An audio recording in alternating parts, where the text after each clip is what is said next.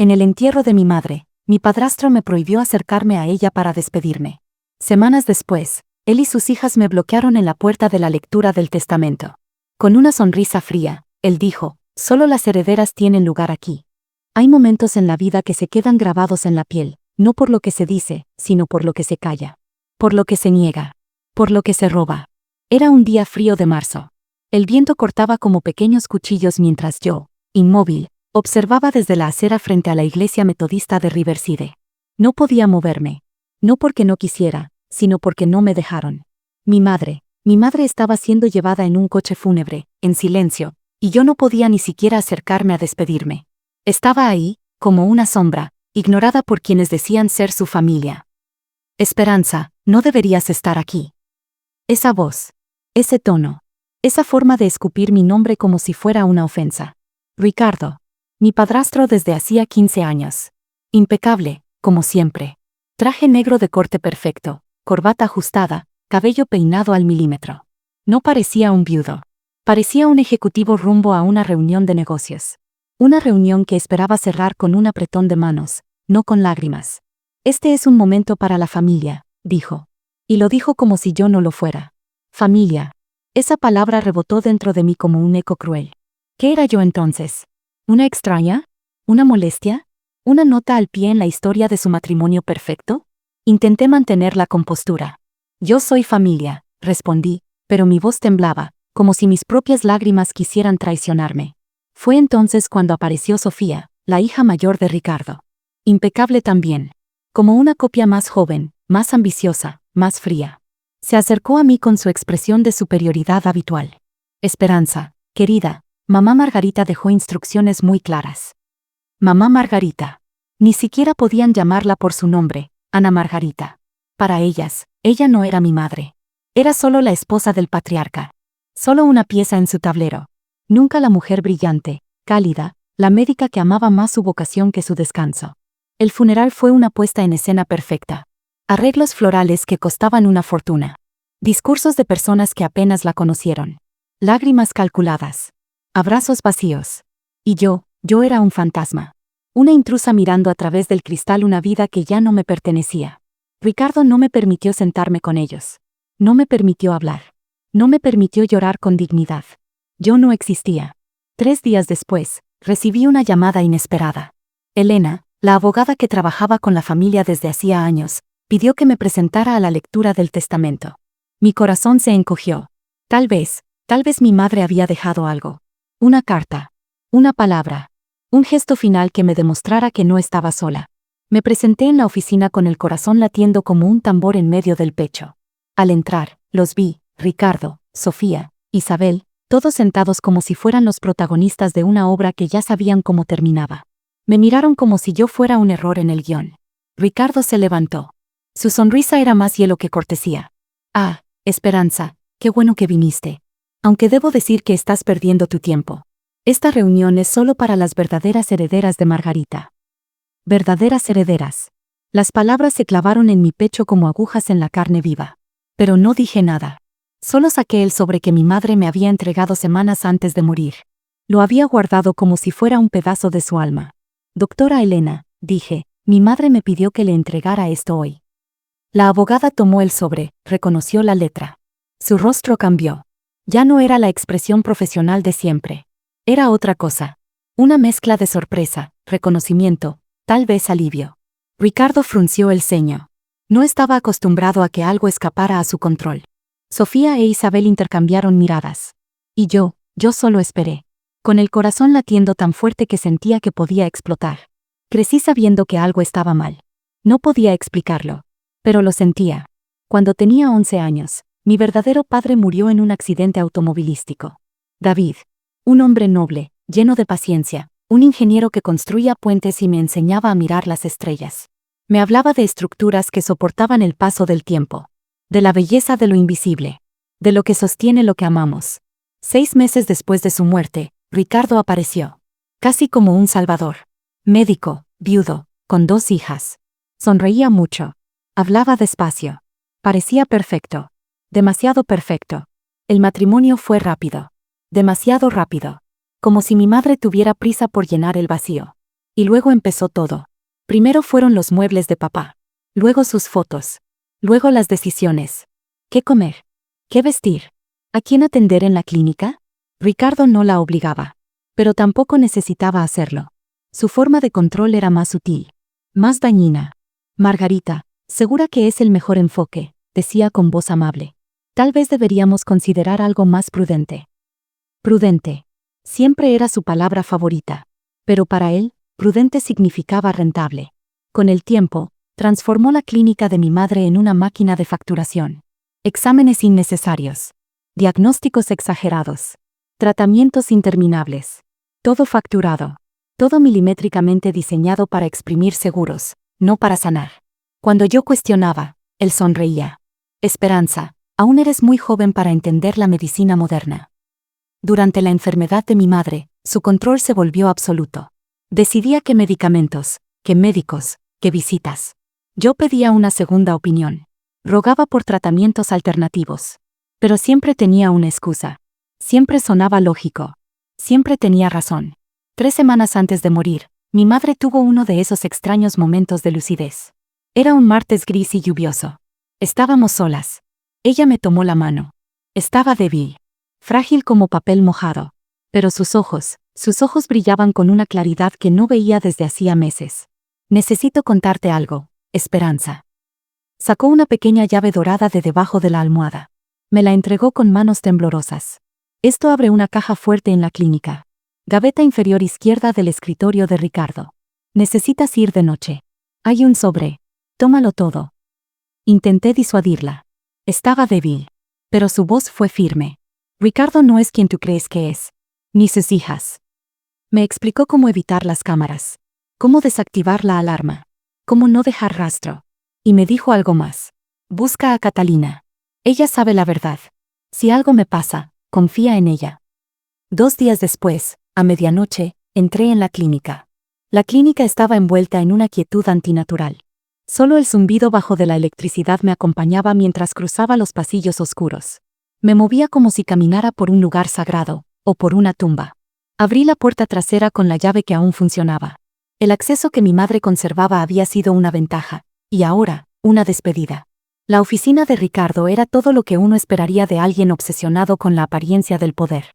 Escritorio de madera maciza, diplomas con marcos dorados, fotografías con rostros políticos y premios que probablemente nunca mereció. Todo cuidadosamente posicionado para decir, aquí manda alguien importante. Me acerqué al escritorio. Busqué la gaveta que mi madre me había descrito. Ahí estaba. Cerrada. Pero la llave encajó perfectamente. Dentro encontré la caja fuerte.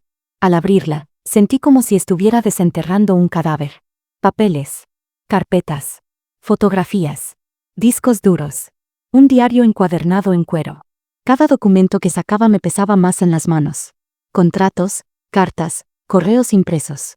Y luego, lo que me destrozó, fotografías de mi madre tomadas por Ricardo mientras su cuerpo se deterioraba con la enfermedad. Pero no eran recuerdos amorosos. Eran registros clínicos. Objetivos. Fríos. Comentarios al margen como si fuera un experimento. Como si fuera un cuerpo, no una persona. Como si fuera su propiedad. El diario era aún más perturbador. Ricardo había documentado todo, desde la evolución del cáncer hasta sus planes financieros para cuando ella muriera. Detallaba incluso cómo manejarme a mí, cómo neutralizar mi resistencia, cómo reconvertirme en un activo útil. Sentí náuseas. Como si toda mi vida hubiera sido solo una simulación orquestada por ese hombre. En el fondo de la caja, encontré el sobre marrón. Dentro, una carta. La última voz de mi madre. Eran las 3 de la madrugada cuando la leí. El apartamento estaba en silencio, salvo por el reloj que marcaba segundos con la lentitud de una eternidad. Mi querida Esperanza, si estás leyendo esto, es porque mis sospechas se confirmaron. Mi madre me hablaba desde el otro lado. Con palabras escritas en una letra temblorosa, pero con una fuerza que me sostuvo entera mientras leía. Había descubierto todo. Ricardo la estaba envenenando. Lentamente. Lo hacía para que no pudiera hablar, para que sus decisiones médicas parecieran equivocadas, para que la tomaran por confundida o paranoica. Él había planeado todo desde el principio. No fue casualidad que apareciera después de la muerte de mi padre. No fue amor. Fue cálculo. Sabía del seguro de vida. Sabía de los ahorros. Sabía de la participación de mi madre en la clínica. Incluso había contratado a un investigador privado para espiarme a mí. Y no era la primera vez. La primera esposa de Ricardo, Linda, no había muerto por causas naturales. Mi madre había descubierto que su muerte también había sido conveniente. Y, sobre todo, sospechosa. Pero ella no se quedó de brazos cruzados. Había contactado a Catalina, hermana de Linda. Una abogada experimentada que, tras escuchar lo que mi madre tenía para mostrarle, no dudó en actuar. Juntas, elaboraron un segundo testamento. Uno verdadero. Uno fuera del alcance de Ricardo. También prepararon documentos legales, contratos, denuncias, todo con validez jurídica, testigos y respaldo médico. Todo lo necesario para desenmascararlo, para protegerme, y para que lo que estaba podrido no pudiera extenderse más. Había más. Mucho más. La carta hablaba de un esquema de corrupción médica. No era solo Ricardo. Había clínicas, laboratorios, aseguradoras, una red entera que funcionaba como un reloj suizo de fraude y muerte. Y mi madre lo había desarmado pieza por pieza. Su carta terminaba con una frase que me acompañaría para siempre. Transforma esto en algo que valga la pena. Que todo este dolor no haya sido en vano. 20 minutos después de entregar el sobre a la abogada Elena, la puerta de la sala de reuniones se abrió. Catalina entró con pasos firmes, una carpeta gruesa en la mano y la mirada de quien no teme a los monstruos. Ricardo palideció. Necesito estar presente para la lectura del testamento verdadero de la señora Margarita, dijo Catalina con una voz tan serena como letal. Ricardo se puso de pie bruscamente. ¿Qué está pasando aquí? Esto es una farsa. Pero Elena, la abogada familiar, ya había leído las instrucciones del sobre. Su voz tembló un poco, pero fue clara. Este testamento tiene precedencia legal. Y cumple con todos los requisitos formales. Sofía e Isabel miraron a su padre como si por primera vez sospecharan que no lo conocían realmente. Yo me senté, silenciosa. Pero por dentro, una tormenta de justicia empezaba a rugir. Catalina comenzó a leer. Y con cada palabra, el imperio cuidadosamente construido por Ricardo comenzó a desmoronarse. La casa, para mí. La participación mayoritaria en la clínica, para mí. Las cuentas, las inversiones, las pólizas, mías. Para Ricardo y sus hijas, solo una cantidad modesta. Lo suficiente para comenzar de nuevo. Nada más. Pero eso no era lo peor para ellos. Mi madre había dejado instrucciones. Si alguien intentaba impugnar el testamento o intimidarme, la información recopilada sobre fraude médico, manipulación de registros y potenciales crímenes sería enviada de inmediato al Consejo Médico y al FBI. ¿Qué información?, gritó Ricardo, pero su voz sonaba hueca. Como una campana rota. Catalina colocó los documentos sobre la mesa. Cada hoja, un ladrillo más derrumbando su castillo. Esto es chantaje, chilló Sofía. No, dije por primera vez desde que comenzó todo, esto es justicia. Las pruebas eran abrumadoras. Había contratos firmados, registros de pacientes manipulados, grabaciones de audio en las que Ricardo instruía a sus hijas sobre cómo alterar historiales médicos y facturar procedimientos nunca realizados. Todo meticulosamente ordenado por mi madre. Cada documento, cada detalle, había sido su forma de gritar cuando nadie quería escucharla. Catalina no dejó lugar para dudas. Expuso, uno a uno, los casos que mi madre había identificado. Pacientes sometidos a cirugías innecesarias, diagnósticos inflados para justificar tratamientos costosos, ancianos medicados hasta la confusión para evitar preguntas. Pero lo más desgarrador fue el análisis farmacológico. El informe de un experto independiente demostró que la combinación de medicamentos que Ricardo administraba a mi madre había acelerado su deterioro. Ella había sido envenenada lentamente. No para matarla de inmediato, sino para mantenerla dócil, manipulable. Viva, pero incapaz. El doctor Ricardo esencialmente la torturó durante meses, dijo Catalina con una calma devastadora. La mantuvo lúcida solo lo suficiente para sufrir, y confundida el resto del tiempo para no poder defenderse. Ricardo trató de negar todo. Alegó que había actuado como médico, que todo lo que hizo fue por amor, por cuidado, pero las evidencias hablaban más fuerte que sus mentiras. Y luego Catalina soltó lo que sería el golpe final, correos electrónicos entre Ricardo y un investigador privado. Discutían cómo controlar mi influencia, cómo debilitar mi vínculo con mi madre, cómo aislarme socialmente y legalmente. Había incluso discusiones con abogados sobre cómo declararme mentalmente incompetente. Sofía e Isabel no dijeron nada. Pero sus rostros eran máscaras de espanto. Sabían que ese día su mundo había cambiado para siempre. Papá, es cierto, murmuró Isabel. Todo lo hice por ustedes, gritó Ricardo, rompiendo su fachada de hombre perfecto. Esperanza nunca fue parte de esta familia, siempre fue una piedra en el zapato. Y ahí, por primera vez, yo hablé desde el corazón. Yo estuve al lado de mi madre cuando ustedes la abandonaron. Fui yo quien le sostenía la mano en la madrugada. Yo quien la escuchaba llorar cuando los medicamentos no aliviaban. Mientras tú manipulabas papeles, yo la cuidaba. Sofía intentó justificarse. No entiendes las complejidades de la gestión médica. En realidad, entiendo perfectamente, respondí. Entiendo que convirtieron una clínica en una fábrica de enfermedad. Que destruyeron el legado de una mujer que amaba sanar. Y entiendo que estaban dispuestos a destruirme a mí también. Catalina asintió y añadió. También tenemos evidencias de conspiración para cometer fraude masivo. Exámenes inexistentes, comisiones ocultas, equipos médicos facturados pero nunca utilizados. La sala estaba en silencio, pero el aire estaba cargado. Se sentía como si estuviéramos en medio de un terremoto silencioso. Y luego, una revelación aún mayor. Ricardo no era un actor aislado. Catalina mostró pruebas de que existía una red de corrupción que abarcaba múltiples clínicas, compañías de seguros y laboratorios. Un sistema entero construido sobre el sufrimiento de personas vulnerables. El doctor Marcos, antiguo socio de mi madre, era el eje de esa red. Reclutaba médicos endeudados o ambiciosos y los sumaba al esquema. Ricardo fue uno de ellos. Mi madre lo había descubierto. Y por eso fue silenciada. 2 semanas después, esa verdad casi me costó la vida. Esa noche estaba en la clínica, revisando archivos, tratando de entender la dimensión real del daño. Eran casi las 11 cuando escuché pasos en el pasillo. Pensé que era el guardia nocturno, pero no. Era Isabel. Entró como si fuera su clínica. Como si todavía tuviera derecho a caminar por esos pasillos con la frente en alto. Traía una bolsa médica y una sonrisa tranquila. Demasiado tranquila. Qué bueno que estás aquí, Esperanza. Necesitamos hablar. La cerradura hizo clic tras ella. Un sonido que se sintió como una trampa cerrándose. ¿Por qué cerraste la puerta?, pregunté, aunque ya sabía la respuesta. No queremos interrupciones, respondió mientras abría su bolsa. Sacó una jeringa. Mi cuerpo se tensó. Cada parte de mí gritaba, peligro. Causaste muchos problemas, dijo. Destruiste nuestra familia, nuestra reputación. Y ahora, vas a pagar. Isabel siempre había sido la más volátil. Pero esa noche no era solo volátil. Era peligrosa. Me moví lentamente, rodeando la mesa. Tu padre mató a mi madre. Ustedes mintieron. Estafaron. Lastimaron a personas inocentes. ¿Y tú crees que yo soy la amenaza? Papá protegía lo que era suyo, gritó. Tú nunca fuiste parte de eso. Se abalanzó con la jeringa. Logré esquivarla, tiré una silla en su camino. La aguja cayó al piso. El líquido se derramó. Insulina, dijo ella. Una sobredosis. Parecerás una víctima del estrés y la mala alimentación.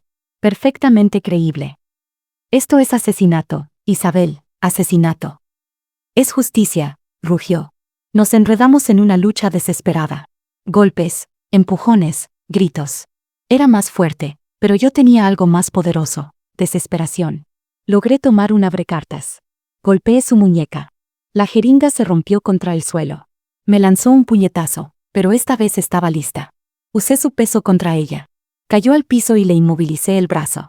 Auxilio, grité con todas mis fuerzas. Ayuda. Minutos después, llegaron el guardia y la policía. Las cámaras habían registrado todo. Isabel no podía negar nada. En el frasco roto había una dosis suficiente para matar a un caballo. Fue acusada de intento de asesinato. El juicio fue un escándalo nacional. Durante 3 meses, los medios no hablaron de otra cosa.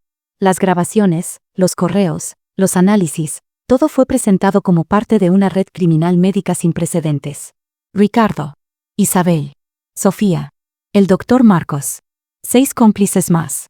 Cargos de fraude, envenenamiento, homicidio involuntario, conspiración criminal. Todo documentado, probado, innegable. El análisis forense del cuerpo de mi madre confirmó lo que ya sabíamos. Había sido envenenada con dosis cuidadosamente medidas para simular el avance natural de la enfermedad. El doctor Ricardo no solo mató a su esposa.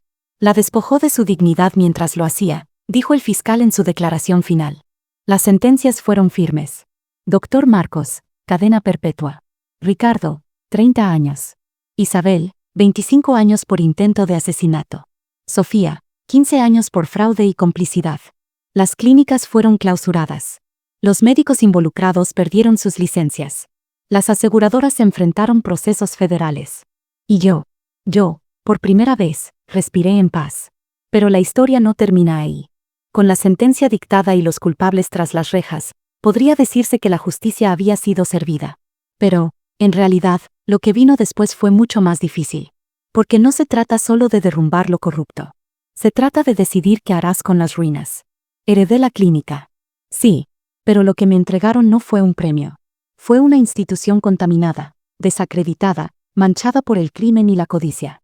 Cada rincón olía a traición. Cada expediente médico era una posibilidad de haber sido parte del daño. No podía continuar como si nada hubiera pasado. Tomé una decisión difícil, pero necesaria: cerrar temporalmente la clínica. Una pausa para sanar antes de intentar sanar a otros. Catalina fue mi guía en este nuevo camino. Ya no solo era mi abogada. Se convirtió en mi aliada, en mi mentora, en alguien que comprendía lo que significaba reconstruir desde el dolor. Juntas auditamos cada expediente médico de la última década. Revisamos caso por caso. Descubrimos historias de pacientes que habían sido víctimas del sistema, sometidos a procedimientos innecesarios, medicados sin razón, empujados a tratamientos costosos solo para inflar cifras. Eran cientos. Y entonces, tomé otra decisión. Una que muchos consideraron absurda.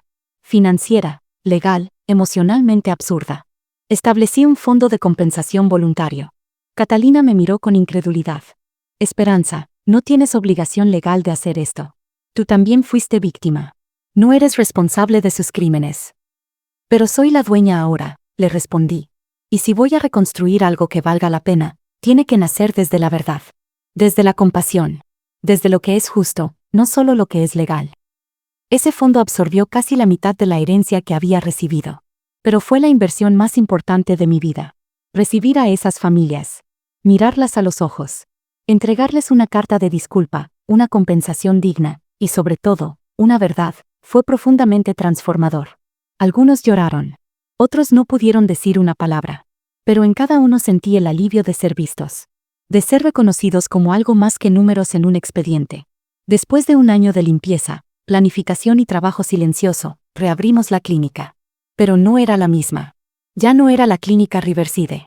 Ahora se llamaba Centro Médico Margarita, en honor a la mujer que lo dio todo, incluso su vida, por la medicina verdadera. Cada rincón fue renovado. Cambiamos equipos, procesos, protocolos, pero también cambiamos el alma del lugar. Implementamos un sistema de transparencia radical. Cada paciente podía acceder a sus registros completos a través de una plataforma digital. Cada tratamiento, cada diagnóstico, cada costo, explicado en un lenguaje claro. Ningún procedimiento se realizaba sin consentimiento informado. Ninguna decisión se tomaba sin participación activa del paciente. Contratamos un equipo completamente nuevo. Médicos, enfermeros, personal administrativo, todos seleccionados no solo por su experiencia, sino por su compromiso ético. La nueva directora médica fue la doctora Silvia, una internista joven con experiencia en medicina comunitaria. Tenía una forma de hablar pausada, cálida. Su filosofía era simple. Queremos que la gente venga aquí no solo cuando esté enferma, sino para mantenerse sana. Desarrollamos programas de prevención, chequeos gratuitos, educación nutricional, apoyo psicológico, talleres de ejercicio para adultos mayores. Implementamos una política de precios diferenciados, donde quienes podían pagar más ayudaban a subsidiar a quienes no podían pagar nada. Era un sistema simple, humano y radical. Durante el primer año, apenas tuvimos pacientes. Muchos en la comunidad no podían separar el nuevo centro del escándalo anterior. Desconfiaban. Y con razón. Pero no nos rendimos. Seguimos trabajando. Seguimos atendiendo con integridad. Y poco a poco, los primeros en confiar trajeron a sus familiares. Luego vinieron los vecinos. Luego los colegas. Y luego, los medios. A los 3 años de la reapertura, recibimos el Premio Nacional de Ética Médica, otorgado por la Asociación Médica Americana. Fue el reconocimiento no de una institución, sino de una transformación. Hoy, 4 años después del juicio, el Centro Médico Margarita es un modelo a nivel nacional. Recibimos estudiantes, profesionales, administradores hospitalarios que vienen a aprender de nuestros protocolos, de nuestro enfoque centrado en el paciente. Yo, Esperanza, la que un día fue expulsada del funeral de su propia madre, me convertí en una conferencista respetada sobre integridad médica. Recorro universidades, hospitales, congresos, compartiendo no solo mi historia, sino un modelo replicable para transformar instituciones enfermas en espacios de sanación. Y es irónico, porque aquello que Ricardo intentó silenciar, se convirtió en una voz que resuena más fuerte que nunca. Sofía fue liberada hace un año, tras cumplir 12 años de su sentencia por buen comportamiento. Me envió una carta.